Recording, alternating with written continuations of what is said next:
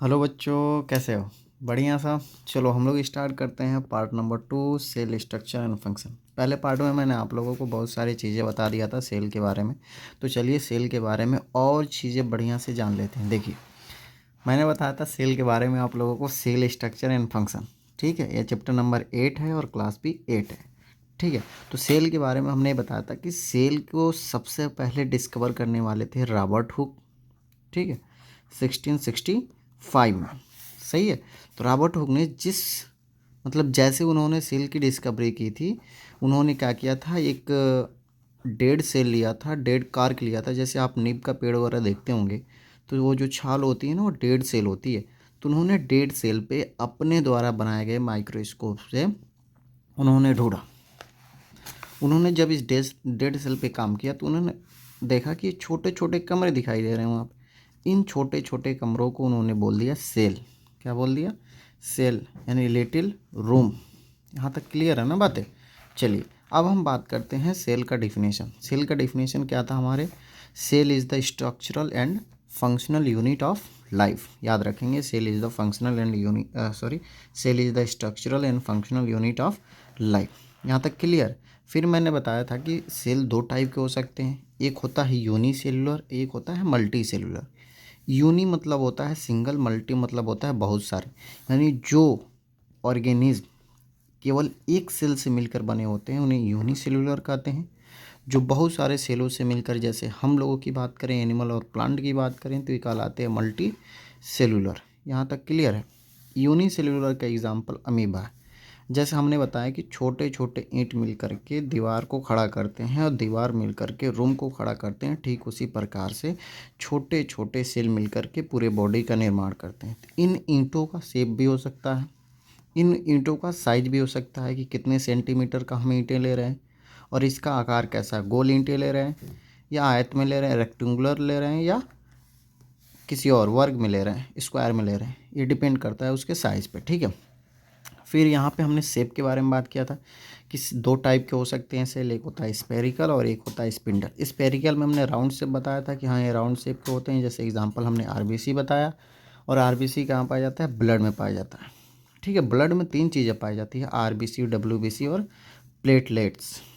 और प्लेटलेट्स का काम होता है खून को थक्का जमाना। जैसे किसी के चक्कर में हाथ काट लेते हो ना यहाँ पे, तो बाद में खून रुक जाता है ना, खून तो बहता नहीं है। तो उसको रुकवाने का काम कौन करता है? प्लेटलेट्स करता है। स्पिंडल से मैंने बताया था कि एक कोने से स्टार्ट हो फिर दूसरे कोने पे आके मिल जाए, तो यही कहलाता है स्पिंडल शेप। जैसे मसल, जो हमारे मसल की सेल होती है ना, वो कहलाती है स्पिंडल शेप कहलाते हैं। यहाँ तक क्लियर है?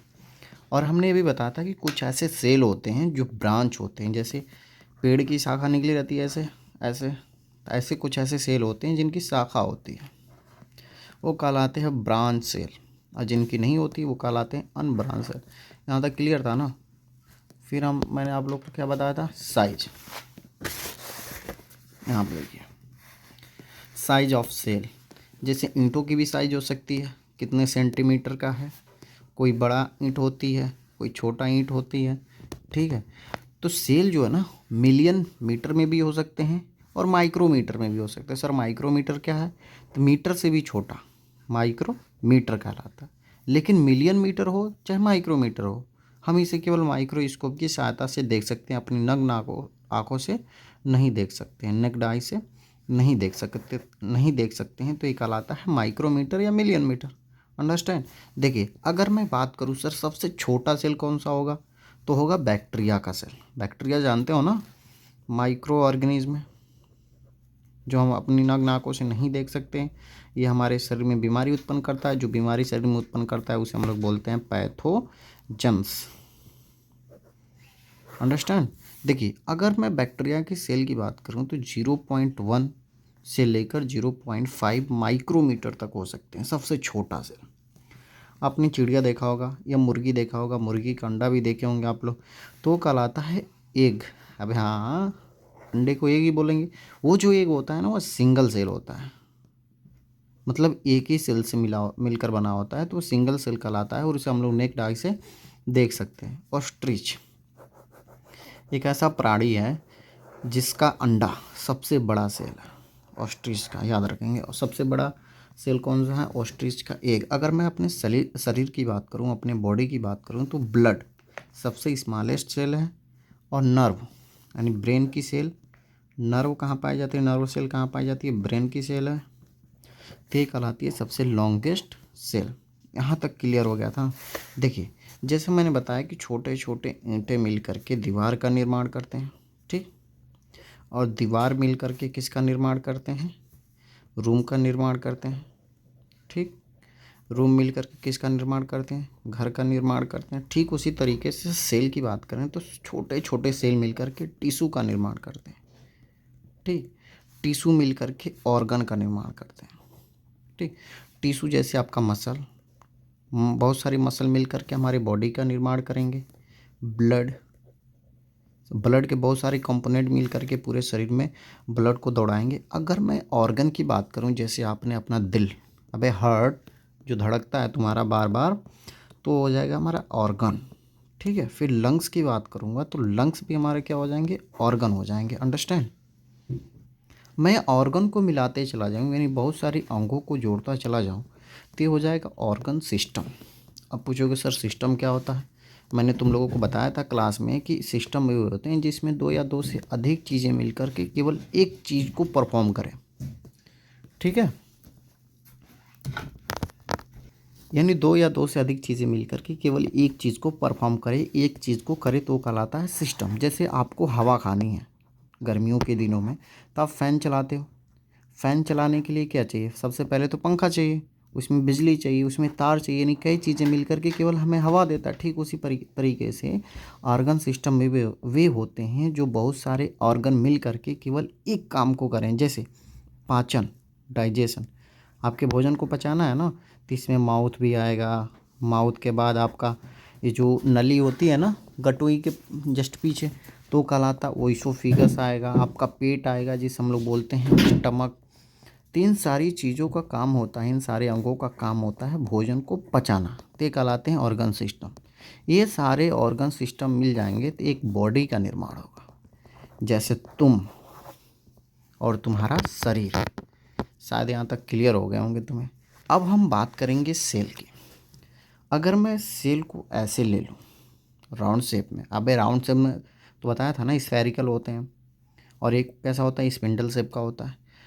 तो देखो, तुम्हें चलाने के लिए तुम्हारा ब्रेन है, ठीक उसी तरीके से एक सेल को चलाने के लिए सेल का न्यूक्लियस होता है। अंडरस्टैंड? तो न्यूक्लियस, और ये हो गया सेल की बाहरी दीवार। सेल की बाहरी दीवार को हम लोग बोलते हैं सेल मेम्ब्रेन, याद रखना। सेल मेम्ब्रेन या प्लाज्मा मेम्ब्रेन।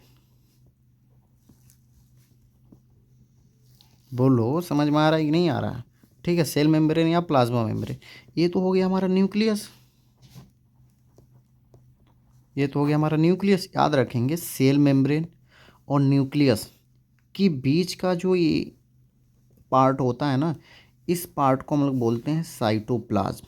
क्या बोलते हैं? साइटोप्लाज्म। साइटोप्लाज्म कहाँ पे होता है? Between cell membrane and nucleus के बीच का जो पार्ट होता है वो कहलाता है साइटोप्लाज्म। अगर मैं न्यूक्लियस की बात करूँगा तो न्यूक्लियस पूरे सेल को चलाने वाला भाग है, यानी पूरे सेल पे कंट्रोल करने वाला भाग है। तो न्यूक्लियस में पाया जाता है हमारा genetic material. Genetic material, sir genetic material क्या है? समझाता हूँ, रुक जाओ। जेनेटिक मटेरियल जैसे डीएनए और आरएनए पाए जाते हैं। सर डीएनए आरएनए क्या है? अच्छा बताओ, तुम्हारे माता पिता का उंगली कितनी है हाथ में? 5। तुम्हारे भी कितने हैं? 5। तुम्हारे बाल हैं, माता पिता के भी बाल होंगे। यानी माता पिता से, पेरेंट्स से कैरेक्टर का बच्चों में जाना, और जो उस कैरेक्टर को लेकर जाता है वो कहलाते हैं जेनेटिक मटेरियल। अंडरस्टैंड? मान लो तुम्हारे बच्चे होंगे, तुम्हारे बच्चे भी तुम्हारे जैसे दिखेंगे।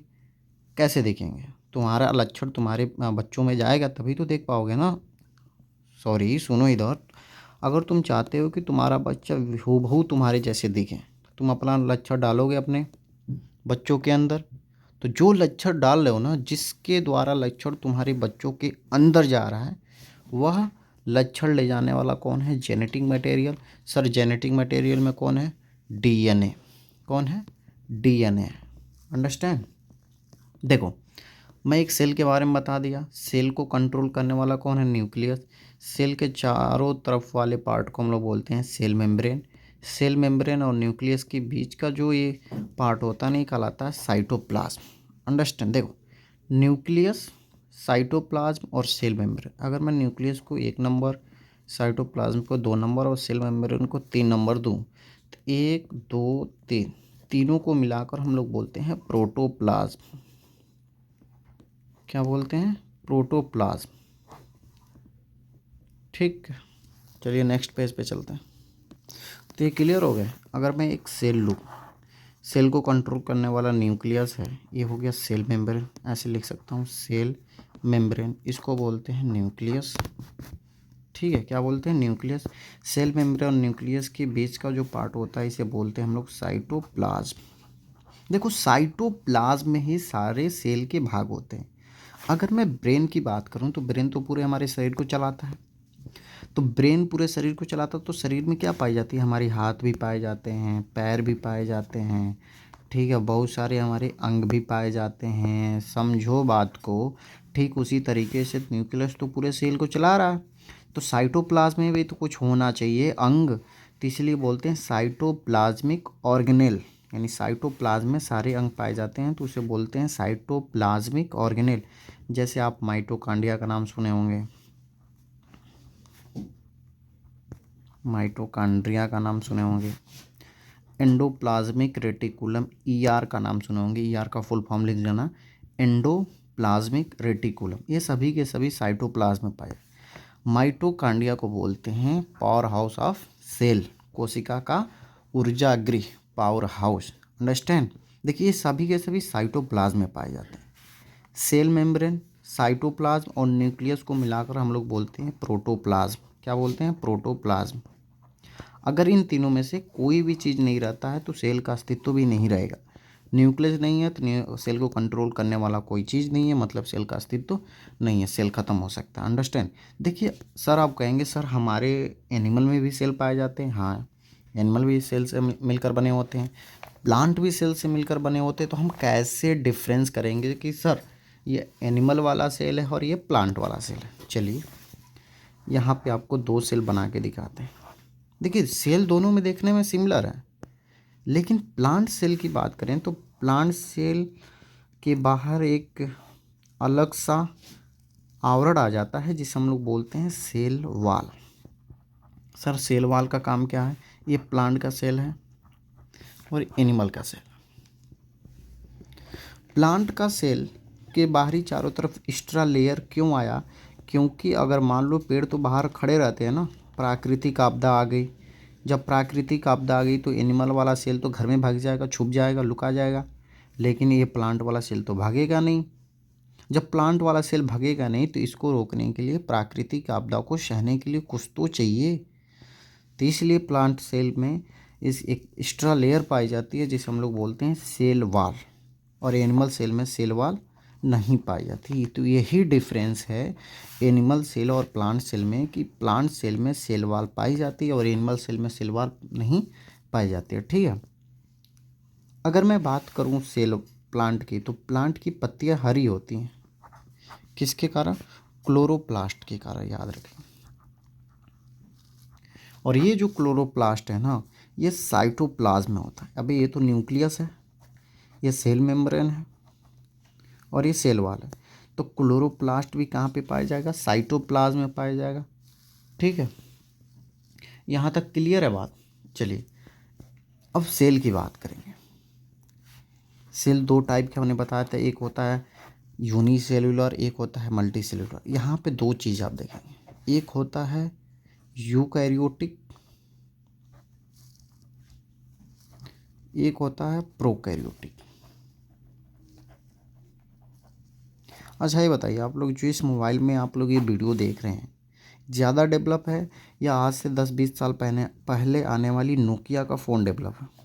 सर आप कहेंगे कि इस समय का जो फ़ोन है ना, जिसे हम लोग बोलते हैं आईफोन, वो ज़्यादा डेवलप है किससे?